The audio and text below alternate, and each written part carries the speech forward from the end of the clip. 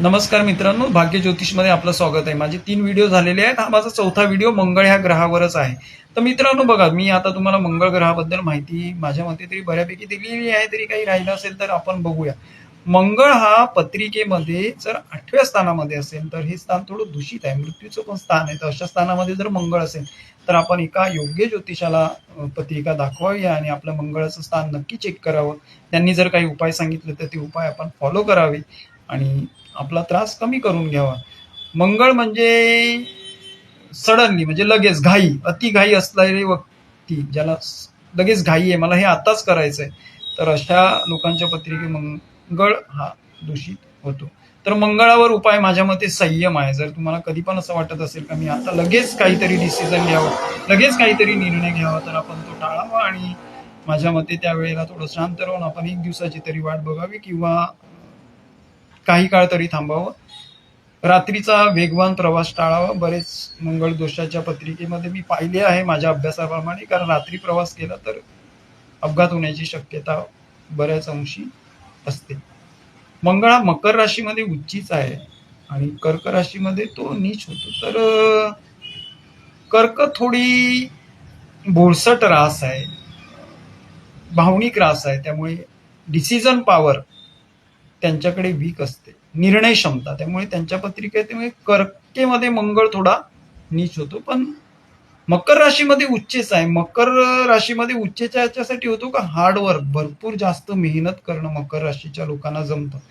त्यामुळे समाजामध्ये त्यांचं हार्डवर्क चांगलं असल्याने समाजात त्यांचं एक चांगलं नाव असतं. अगदी बॉस त्यांना प्रेमाने बोलवतो, त्यांची विचारपूस करतो, त्यांची चौकशी करतो. तर मकर राशीच्या लोकांचा हा अनुभव माझ्या मते तरी बऱ्यापैकी चांगला आहे. मकर राशीची लोक व्यवसायात जरी असली किंवा नोकरीमध्ये असली तरी ते हार्डवर्क करतात, कुटुंबासाठी प्रयत्नशील असतात, कुटुंबाचं रक्षण करणारे असतात. तर आणि राहिला प्रश्न आता मेष आणि वृश्चिक राशीचा, तर मेष राशीमध्ये मंगळ शरीराच्या मेंदूचा कारक आहे, त्यामुळे ते हुशारच असतात, त्याबद्दल काही वादच नाही आणि ते कोणाचं ऐकतही नाही, त्यांना आपलंच खरं वाटत असतं. तर ती एक त्यांची चुकीची बाजू आहे. मंगळाच्या लोकांनी थोडं ऐकणं, दुसऱ्याचा सल्ला थोडासा आत्मसात करणं, एखाद्या चांगल्या व्यक्तीचा सल्ला घेणं, हे खूप चांगलं आहे. वृश्चिक राशीमध्ये थोडा मंगळ त्रासदायक जातो. वृश्चिक राशीच्या लोकांना तो काही चांगली रिझल्ट देत नाही. मंगळ वृश्चिक राशीमध्ये जरी वृश्चिक राशीचा स्वामी असला तरी वृश्चिक राशीला मेष राशीसारखे रिझल्ट नाही भेटत. वृश्चिक राशी थोडी एकटी एकटी होत जाते, एकलकोंड्यापणा वृश्चिक राशीमध्ये येतो, असं माझं तरी मत आहे. माझी स्वतःची राशी वृश्चिकच आहे, त्यामुळे माझा हा पर्सनली अनुभव आहे. आता मंगळ आणि राशी हे जर बघायला गेलो आपण, तर मंगळाचे उपाय हे माझ्या मते तरी मंगळवारी, मंगळवार असेल त्या दिवशी आपण हनुमानाची पूजा करा, हनुमान चालिसा वाचा, हनुमान स्तोत्र वाचा, हनुमानाचं दर्शन घ्या. हनुमानाला लाडू आवडतात, तो मोतीचूरचे लाडू आपण हनुमानाला देऊ शकतात. नमस्कार मित्रांनो, मला असं वाटतं का आपल्याला एवढी मी माहिती दिलेली आहे, त्या माहितीनुसार आपल्याला बरीच माहिती मंगळ ग्रहाबद्दल मिळाली असेल.